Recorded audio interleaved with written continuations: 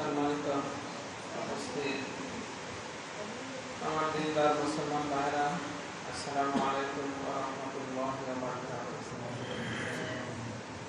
মহান আল্লাহ পাকের দরবারে আমরা শুকরিয়া আদায় করছি, যিনি আমাদেরকে আখিরি জামানের পয়গম্বর হযরত মুহাম্মদ রাসূলুল্লাহ সাল্লাল্লাহু আলাইহি ওয়াসাল্লামের উম্মত করেছেন এবং যিনি সুস্থ দেহ সুস্থ মন দিয়ে আল্লাহর মসজিদে আসার তৌফিক দিয়েছেন, সে আল্লাহ পাকের দরবারে আমরা শুকরিয়া আদায় করছি। আমরা বলি আলহামদুলিল্লাহ। শুরুতেই সূরা আল ইমরানের 104 নম্বর আয়াতটি তেলাওয়াত করেছি। সংক্ষিপ্ত পরিসরে আয়াতের আলোকে কিছু আমাদের নিতে কিছু বলা এবং শোনার তৌফিক আল্লাহ পাক দান করেন। আমরা বলি আমিন। আল্লাহ তাআলা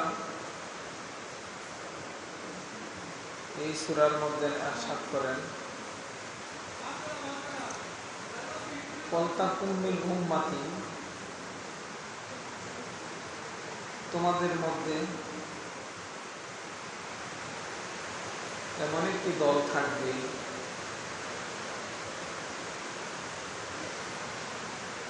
ইয়াদউনা ইলাল খায়র, যে দলটা কল্যাণের দিকে ডাকবে মানুষকে।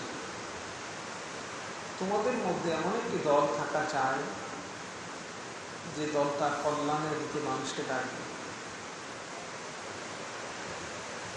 ওয়ায়ামুরুনা বিল মা'রুফ ওয়া ইয়ানহাউনা আনিল মুনকার,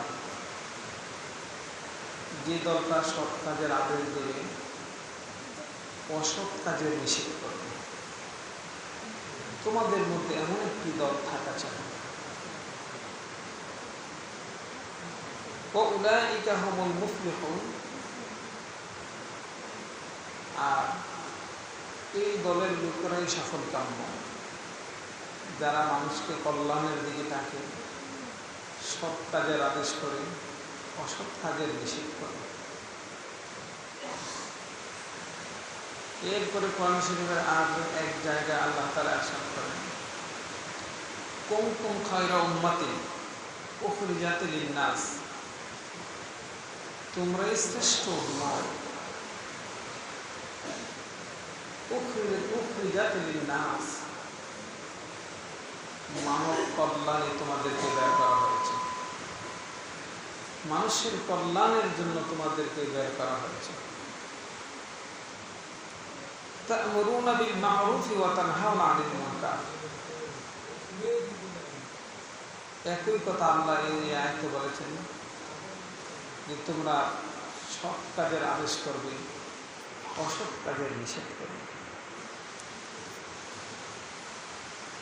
এটা নবীওয়ালা কাজ, যে কাজটা নবীগণ করে গেছে। আর এই আয়াতে বলেছেন তোমরাই শ্রেষ্ঠ উম্মত, তোমাদেরকে বের করাই হয়েছে একমাত্র তোমরা মানুষদেরকে সৎ কাজের আদেশ করবে, অসৎ কাজের নিষেধ করবে। তাহলে আমাদেরকে পৃথিবীতে পাঠিয়েছেন আল্লাহ সৎ কাজের আদেশ এবং অসৎ কাজের নিষেধ করার জন্য। আমাদের নবী হচ্ছেন শ্রেষ্ঠ নবী, আমরা হচ্ছি শ্রেষ্ঠ উম্মত। এই জন্য শ্রেষ্ঠ নবী উম্মত তো শ্রেষ্ঠ উম্মতই হওয়া চাই। শ্রেষ্ঠ উম্মত বলার আরেকটু পেছনে কারণ হলো, এই উম্মতেরা নবীদের কাজটা চালাবে।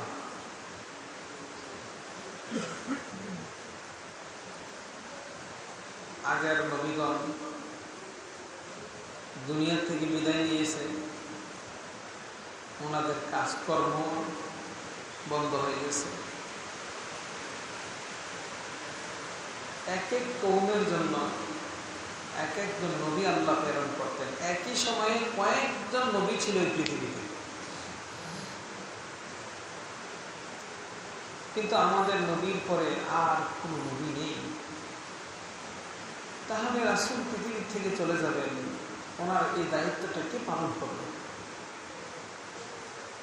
ওনার এই দায়িত্বটা পালন করবে ওনার উম্মতেরা, এবং তাদের এই কাজটা, এই দায়িত্ব পালনটা কিয়ামত পর্যন্ত চলবে।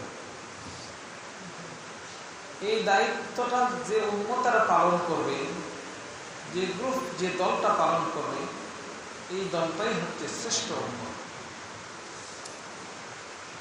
সুতরাং আমরা যদি রাসূল আকরাম সাল্লাল্লাহু আলাইহি সাল্লামের শ্রেষ্ঠ উম্মত হতে চাই, নবীজি যে কাজটা করেছেন এই কাজটা আমার করতে হবে। প্রথমে আমার 3.5 গলির মধ্যে এটা বাস্তবায়ন, এটা রূপায়ণ করতে হবে। এরপরে লোকদের মাঝে এটা আমলে পরিণত করাতে হবে। অর্থাৎ মানুষদেরকে কল্যাণের দিকে ডাকতে হবে, সৎ কর্মের দিকে ডাকতে হবে, সৎ কাজ করার জন্য আদেশ করতে হবে। আর যত অপকর্ম, অসৎ কাজ আছে, এগুলি থেকে মানুষদেরকে বিরত রাখতে হবে।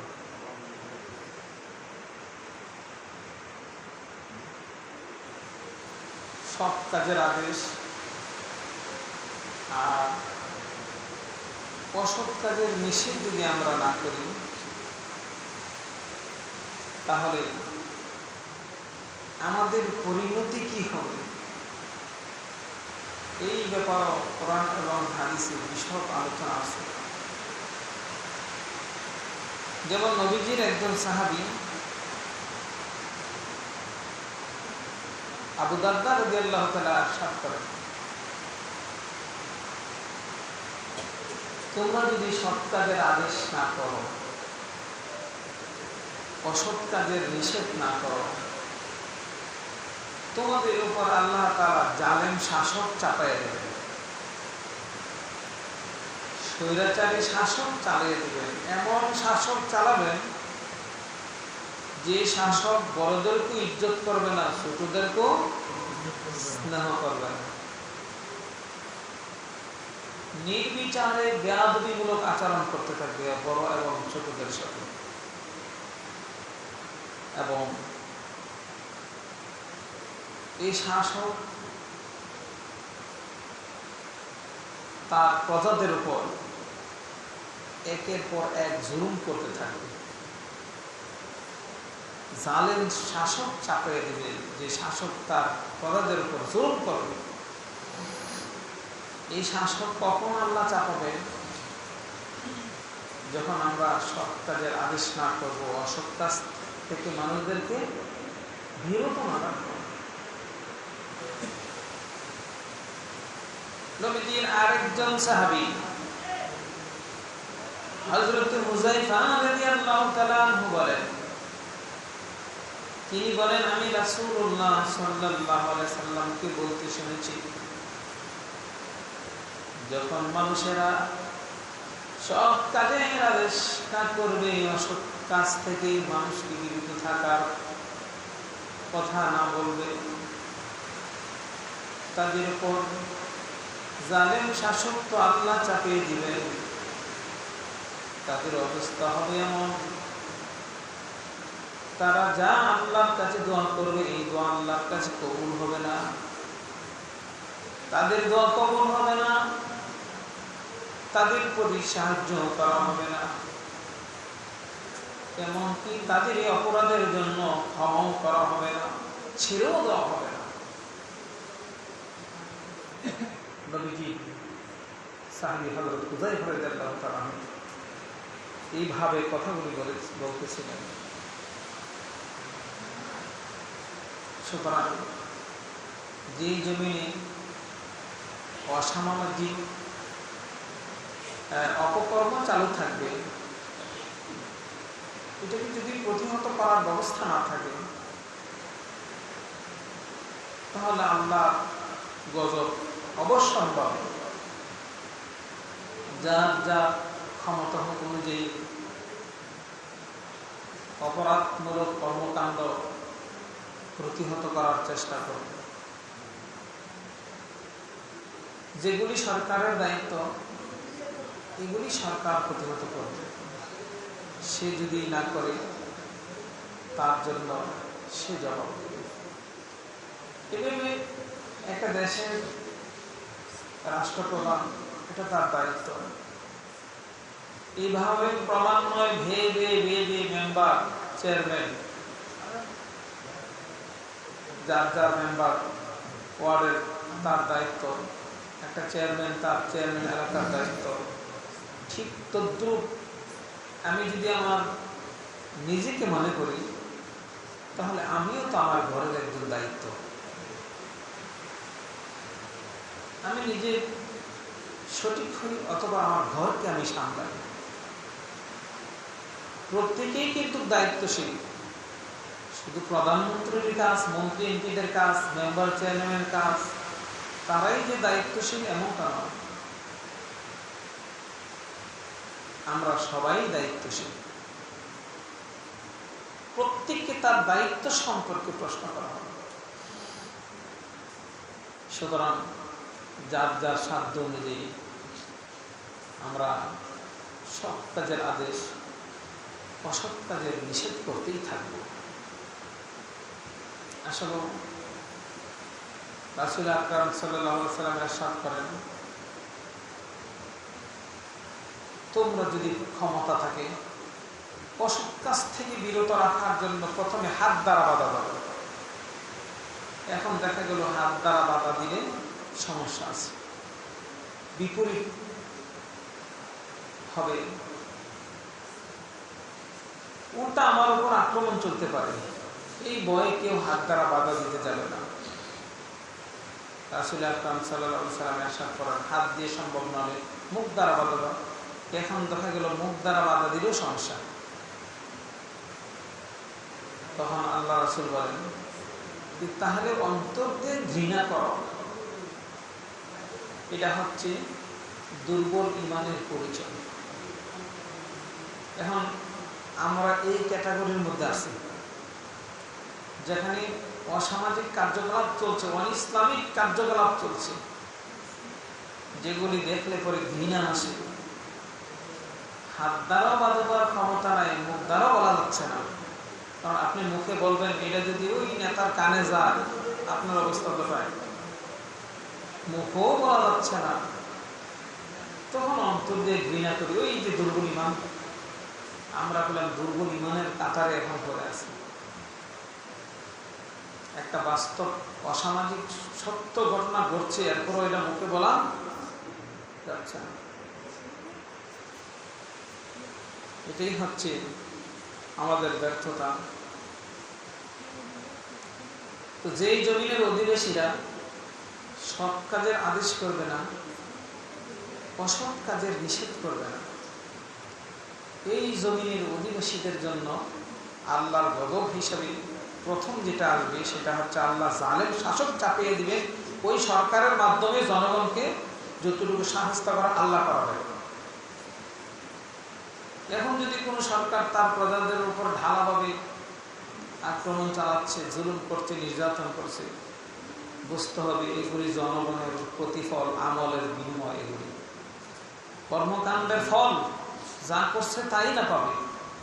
যেমন কর্ম তেমন ফল।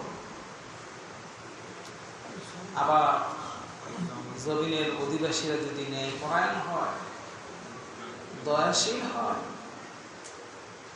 এই জমিনের মধ্যে আবার ন্যায়পরায়ণ শাসক আল্লাহ বসায় দেবেন। যেমন কর্ম তেমন ফল। এরপরও আল্লাহর পক্ষ থেকে আযাব তো অবশ্যই পাবে। হাদিস শরীফের মধ্যে আছে যে একদিন আল্লাহ তাআলা জিবরাইল আলাইহিস সালামকে বললেন, জিবরাইল তুমি অমুক এলাকায় যাও, গিয়ে ওই এলাকাটাকে উল্টায় দাও, ধ্বংস করে দাও এলাকাটাকে। জিবরাইল আলাইহিস সালাম ওই এলাকায় গেলেন, যাওয়ার পর দেখে একটা লোক সেজদার মধ্যে পড়ে আছে। আল্লাহ বলছেন জমিনটাকে উঠে দেওয়ার জন্য। উনি দেখতেছে একটা আল্লাহর বান্দা সেজদার মধ্যে পড়ে আছে, কিভাবে জমিনটা উঠে দেওয়া যায়? তো উনি ওই বান্দার আমলের দিকে একটু নজর করলেন যে বান্দার কি কি আমল আছে। তো জিবরাইল আলাইহিস সালাম দেখলেন যে এই লোকটা একটানা ৮০ বছর যাবৎ আল্লাহর ইবাদত বন্দেগী করতেছে, এমন নিখুঁত ইবাদত যে ইবাদতের মধ্যে কোনো লোক দেখানো লৌকিকতা কিচ্ছু নেই, রিয়াহীন ইবাদত, স্রেফ আল্লাহর সন্তুষ্টির জন্য ৮০ বছর একটানা ইবাদত করে যাচ্ছে।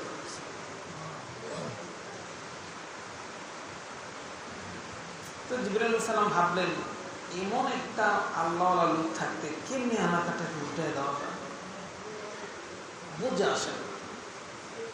তো না আল্লাহকে বলেন যে আল্লাহ তোমার তো এমন এক বান্দা আছে, তার ইবাদতের আবিধরণ এই দেখলাম, আমি কেমনি এই শহরটাকে এই কওমটাকে উঠে দেই। আমার আল্লাহ বলেন জিবরাইল এই আবেদন প্রথমে তার চেহারা পরিবর্তন করে দে,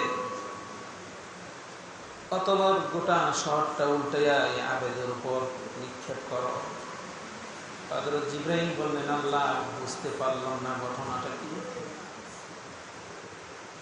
আল্লাহ বলেন জিবরাইল এই আবেদ শুধু সে নিজেই বাঁচতে চায়, সে নিজে একা একা আমল করে, কাউকে সৎ কাজের আদেশও করে না, অসৎ কাজের নিষেধও করে না। তার চোখের সামনে কত অসামাজিক কাজ চলছে, কত অপকর্ম চলছে, সে কিছুই বাধায় দেয় না, সে একা বাঁচতে চায়। এমন আমাদের দরকার আমি আল্লাহ নাই, সুতরাং তাকে সব উল্টে দাও। তাহলে আজকে এই সত্যিত্ব কথাগুলি থেকে আমরা কি শিখলাম? যে আমাদের দায়িত্বে হচ্ছে আমরা যদি সফল কাম হতে চাই, আল্লাহর কাছে উত্তম জাতি হিসাবে, নবীর শ্রেষ্ঠ উম্মত হিসাবে আমরা আল্লাহর দৃষ্টিতে হতে চাই, তাহলে আমাদেরকে দুইটা কাজ করতে হবে। একটা হবে নিজেদের সৎ পথেই থাকতেই হবে, তারপরে মানুষদেরকে কল্যাণের দিকে, সৎ কাজের দিকে আহ্বান করতে হবে, এবং যত অসৎ কাজ আছে এগুলি থেকে নিজেকেও বাঁচতে হবে, মানুষকেও বাঁচাতে হবে। আল্লাহ বলেন তুমি নিজে আগে বাঁচো, এরপরে তোমার পরিবার পরিজন। আল্লাহ তাআলা আজকের এই ক্ষুদ্র আলোচনা করে আমাদেরকে আমল করার তৌফিক দান করুন। আমি আলহামদুলিল্লাহ। যারা সনদ করেন তারা কাবাল সনদ করেন। আসসালামু আলাইকুম।